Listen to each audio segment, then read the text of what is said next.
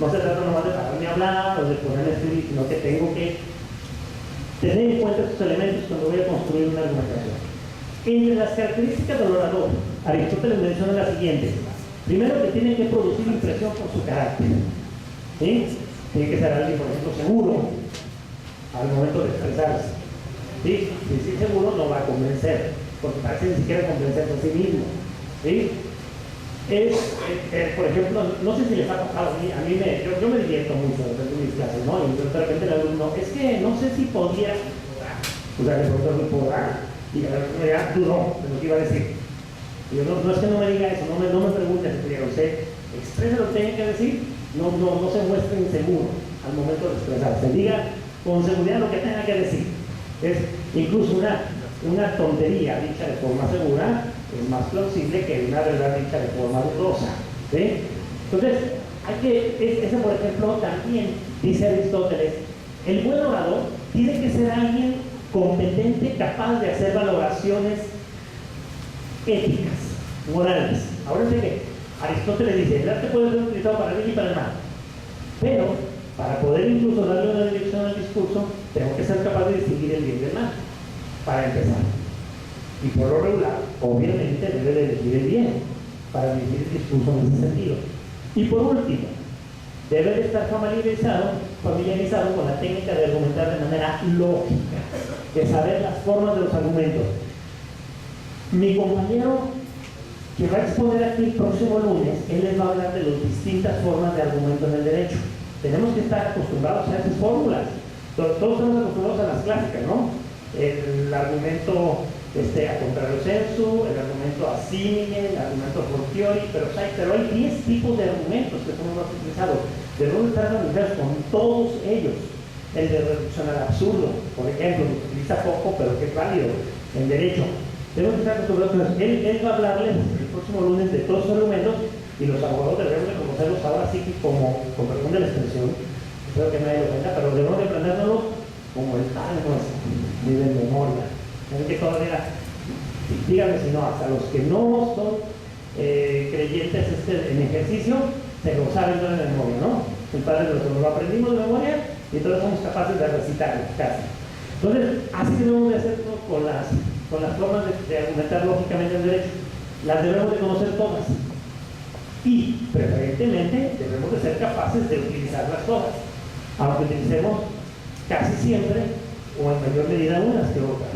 Pero debemos de conocerlas todas y ser capaces de utilizarlas todas. Ok, vamos a continuar. Otro de los grandes tratadoristas de la retórica en la antigüedad fue Cicerón. Este pensador latino, además de distinguirse como buen orador, también dedicó muchos años de su vida, más de 20 se calcula, a escribir sobre la retórica, en una obra que se conoce como la Invención Retórica. En ella postula una integración de las partes del discurso. Él dice, por ejemplo, que el discurso se debe construir con esos 6 partes o elementos: un exordio, una narración, una división, una confirmación, una refinación y una peroración. ¿Sí? Esa forma del discurso, curiosamente, todavía es utilizada por las escuelas de oratoria, más de 2500 años después, 2000 años después, ¿sí? 2100, por ahí así. En esta obra de Cicerón, otra obra de Cicerón, perdón, El Orador Perfecto y El Orador, que es una obra menor, también hace hincapié en la práctica de la oratoria y en las cualidades que debe poseer alguien para ser un buen orador, un buen argumentador oral. ¿Sí? Y por último, la nómina de los grandes estudiosos de la retórica de la antigüedad se cierra con Quintiliano. El orador latino también, además de ser también un brillante orador, también reflexionó durante muchos años, casi 50, sobre la enseñanza de la oratoria y del arte de argumentar. Su obra, Los Instituta Oratoriae, es un verdadero tratado de retórica. Se utiliza todavía por algunas escuelas de oratoria como base, como fundamento, como parámetro. En esa expresa varias cosas. Por ejemplo, la finalidad de toda la obra, dice Quintiliano, es educar al orador perfecto. Es muy larga la obra. En los libros primero y segundo señala cuál debe ser la educación general y específica que debe darse al futuro orador.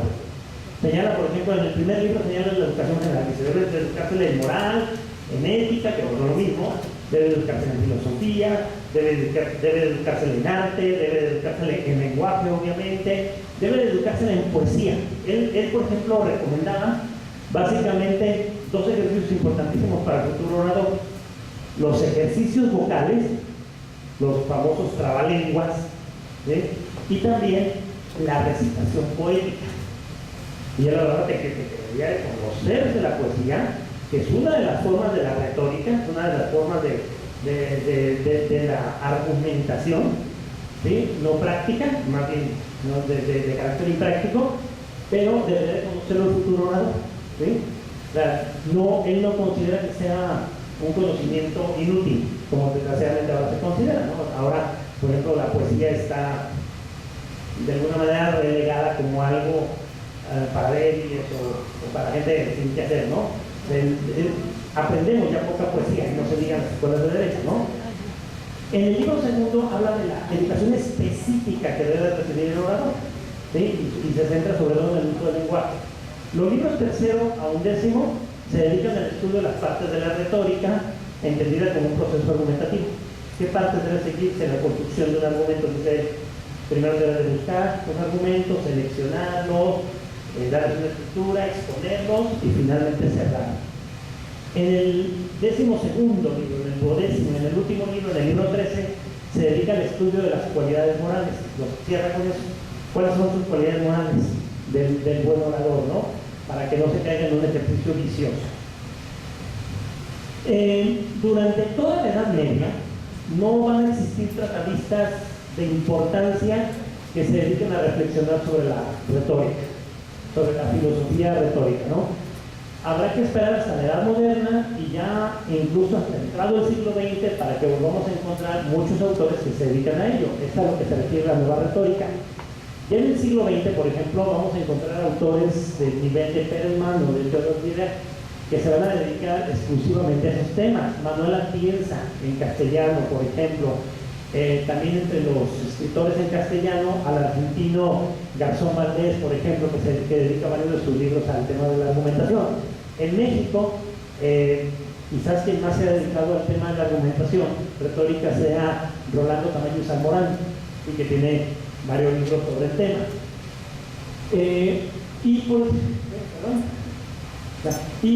¿Cómo se llama? Ahora, estos autores van a hacer sobre todo énfasis en un tema que va a ser muy importante el día de mañana, que van a verlo con el maestro Francisco Ruiz, el tema de la lógica jurídica, y de la lógica jurídica como una disciplina independiente de la lógica en general y con reglas propias. Las reglas de la lógica jurídica son diferentes de las reglas de la lógica general, ¿sí? Esto hace la teoría. Y hay un jurista muy importante que va a ser el que de alguna manera va a guiar las siguientes clases, que es Robert Alexis. Robert Alexis se destaca entre los tratadistas, pero no hay un error, esa corrección de autocorrección de tratadistas modernos, porque dedica toda su vida académica la dedica al estudio de la argumentación jurídica. Todas las obras de Robert Alexis versan sobre argumentación. Produce un corpus teórico de lógica jurídica aplicado a la argumentación que vamos a utilizar en las siguientes clases de manera muy recurrente. Por ejemplo, de él se va a sacar, por ejemplo, todos los modelos de argumentación jurídica, esos 10 modelos que hablamos hace un momento. Él es el primero que los analiza de manera sistemática y analiza su valor y su utilización, ¿no? Eso lo van a ver con el maestro Manuel Chávez, el próximo lunes, esos elementos, ¿sí? Mire, por ejemplo, Robert Alexis nos menciona esos 10 tipos de argumentos jurídicos. O sea, como son tantos, quedaron muy pequeños, pero no. El argumento a símil o por analogía, que todos conocemos, y que, por ejemplo, está prohibido por nuestro artículo 14 aplicado en materia penal. El argumento por analogía, el argumento a fortiori, el argumento a contrario sensu, ¿sí? El argumento de la dirección, el argumento psicológico o genético, que tiene que ver con investigar las razones o motivos por las que se creó la norma, el argumento teleológico, que tiene que ver con la finalidad del objetivo que busca la norma para interpretar la norma, el argumento por reducción al absurdo, que decíamos que es poco utilizado porque hace hecha mano de la ironía, y no se considera pues muy válido burlarse de la contraparte, ¿no? Y menos del juzgador, ¿no? Que está castigado burlarse del juzgador. El argumento ad exemplo, o por uso de precedentes, el argumento semántico que tiene que ver con el significado de las palabras, o con incluso la utilización de ciertas palabras. Todos recordamos en nuestras clases de derecho cómo es totalmente distinto el sentido de una norma si dice deberá o podrá, ¿sí?, la autoridad hacer algo, ¿no? Porque obviamente ¿cómo se llama?, el énfasis es distinto, ¿no? No sé, por ejemplo, ¿alguien recuerda, por ejemplo, en materia mercantil? Mercantil se debe ver un montón, de repente es un ámbito muy común para el ejercicio profesional casi iniciado. Cuando el Código de Comercio establece que la vía en que se tramite el juicio puede ser elegida por el demandado al oponer la excepción de pago o de quita, es muy importante, por ejemplo, el análisis sobre si es obligatorio el cambio de la vía, sobre si el juez deberá decretar el cambio de la vía si lo solicita el demandado, o si ¿cómo se llama?, o si el juez solamente podrá hacerlo. No sé si les ha tocado toparse con el punto, ¿sí? Pero si el demandado opone la excepción de pago y solicita el cambio de la vía para que el juicio deje de tramitarse en la vía mercantil ejecutiva y se siga tramitando en la vía mercantil ordinaria, obviamente revocando el pago, que no es compatible con la vía mercantil ordinaria, ¿el juez está obligado a cambiar la vía o no? El texto no dice ni deberá ni podrá. El texto dice: también se tramitarán en este tipo de juicios, los mercantiles ordinarios, aquellas controversias en las que el demandado interponga la excepción, ahí dice, a elección del demandado, las controversias en las que el demandado interponga la excepción de pago o quita. Entonces es un poco oscuro, ¿sí? Se tiene que resolver por un argumento semántico. Y ahorita ya llevo un asunto que ya va en revisión de amparo, para ver si el juez está obligado a decretar el cambio de la vía o si solamente es una posibilidad. Es un tema interesante que espero que no les pase mucho cuando actúen como actores, ¿sí? Y por último, los argumentos dogmáticos, y que tienen que ver con lo que veíamos hace un momento de los principios generales del derecho, ¿no? Ok, voy a cambiar. Especial atención le merece a Alexis el estudio de los llamados argumentos dogmáticos. Él va a ser uno de los principales autores que advierten que las decisiones judiciales no siempre resultan de aplicación lógica, la norma vigente. Define la dogmática jurídica como una serie de enunciados que se refieren a las normas establecidas y a la aplicación del derecho, pero no pueden identificarse con su descripción, dice él. Están entre sí en una relación de coherencia mutua, se forman y discuten en el marco de la ciencia jurídica que funciona institucionalmente y tienen contenido normativo. Es una definición, que la analizamos con cuidado, una definición de los principios generales del derecho. Y dice que esos principios deben de ser aplicados en las decisiones judiciales y debemos de, obviamente, de invocarlos en nuestras argumentaciones. Debemos de pasar poco a poco, dice Alexis, y no solamente Alexis, también Gustavo Sandrevelsky. No sé si les ha tocado, por ejemplo, leer a Gustavo Sandrevelsky, que fue presidente de la Corte Constitucional Italiana. Gustavo Sandrevelsky dice que debemos de transitar poco a poco de un derecho por normas a un derecho por principios, que ya no se trate tanto de aplicar las normas concretas, sino de aplicar los principios jurídicos. Entonces, esta tendencia, por ejemplo, es una tendencia importante que van a analizar ustedes, insisto, creo que el próximo lunes, con el maestro José Manuel Chávez. Vamos a terminar de casi. No queda casi toda, ¿verdad? Que queda casi toda. Entonces, desde las primeras reflexiones se habla de los diferentes géneros de la retórica. La retórica es un arte, es una técnica, pero es una técnica que puede ser usada en diferentes ámbitos. Los géneros de la retórica son amplísimos. Se habla de una retórica poética, se habla de una, ¿cómo se llama?, de una retórica científica, de una retórica analítica, ya lo habíamos comentado. Pero nos vamos a centrar única y exclusivamente en tres géneros de retórica que tienen que ver con la argumentación jurídica. Hay más géneros de retórica, pero solamente vamos a hablar de estos tres, que son los que tienen que ver con el derecho. Aristóteles distingue tres géneros de retórica que tienen que ver con el ejercicio del derecho. La retórica legislativa o parlamentaria, que él asume que tiene reglas propias exclusivas. La retórica forense, que es la que se utiliza en los juicios por las partes, por el actor, por el demandado. Y la retórica panegírica, ¿sí?, que se refiere exclusivamente a la utilizada para denostar a un enemigo, ¿no? Para ensalzarlo puede ser, o puede ser para denostarlo, para cualquiera de los dos.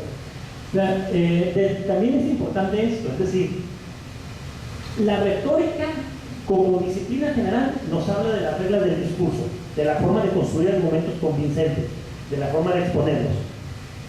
Hay algunas reglas generales para cualquier tipo de retórica, pero también hay reglas particulares para cada tipo de retórica. Las reglas de la retórica poética son diferentes de las reglas de la retórica forense. Esto implica que obviamente yo me debo de centrar en el estudio de la retórica que me interese ejercer. Por regla general, la que nos va a interesar ejercer, o la que vamos a tener más posibilidades de ejercer, es la retórica forense, como abogados. Pero no descartemos también la retórica parlamentaria, que es tan importante, ¿no? Seguramente habrá quienes hayan tenido la oportunidad de fungir, ya sea como representantes populares, y tener esa posibilidad de poner en práctica la retórica parlamentaria, o habrá quienes hayan tenido la oportunidad de fungir como del cuerpo de asesores y hayan ayudado en la primera parte, ¿no? En la construcción de los argumentos. Estos géneros de retórica van a ser tocados con mayor detalle en las próximas sesiones. ¿Sí? Ok.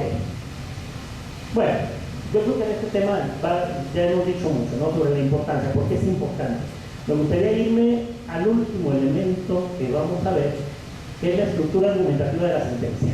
Bien, los estudiosos de la retórica jurídica suelen señalar que una de las utilidades de conocer la estructura del discurso latino, la estructura del discurso griego y romano, es que ello nos permite entender la estructura que actualmente tienen en los estados de nuestra familia jurídica las sentencias judiciales. Es decir, cuando vemos la forma que tienen nuestras sentencias, hay que entender que no es una forma gratuita, es una forma que viene de un desarrollo continuo desde Grecia y Roma hasta nuestros días. Robert Alexis nos dice, por ejemplo, que esta es la relación entre el discurso latino y las sentencias modernas. Los autores de retórica latina y griega dicen que el discurso tiene 5 partes esenciales: el exordio, la narratio, la confirmatio, la refutatio y la conclusión, ¿sí?, que equivalen, por ejemplo, primero en el llamamiento al discurso, la llamada de atención, capturar la atención del auditorio.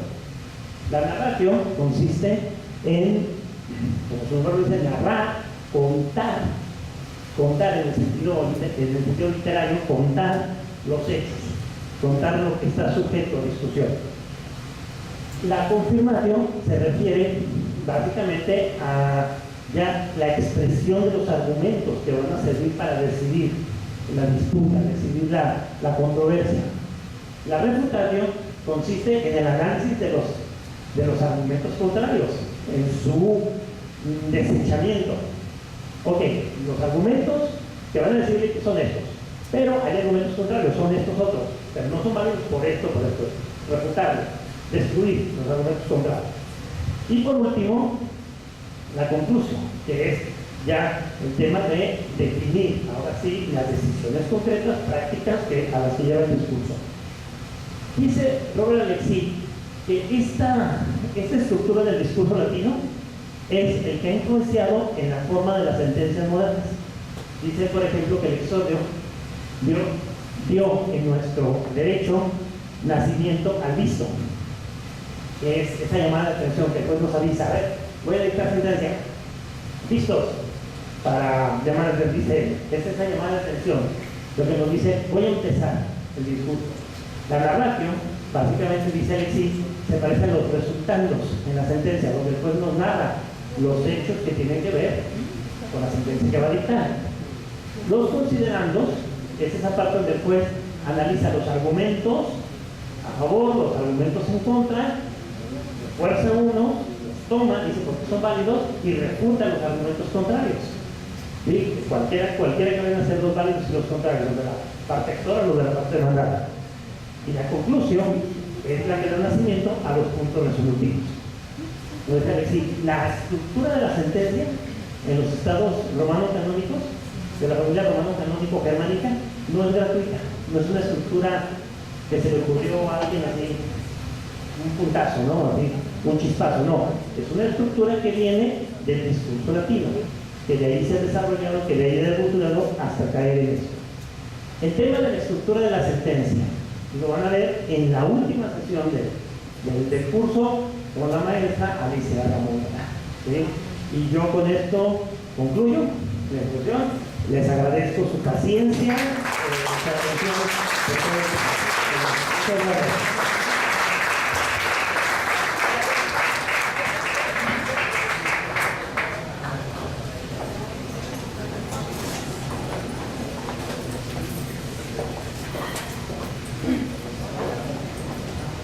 Enseguida será entrega del reconocimiento a nuestro invitado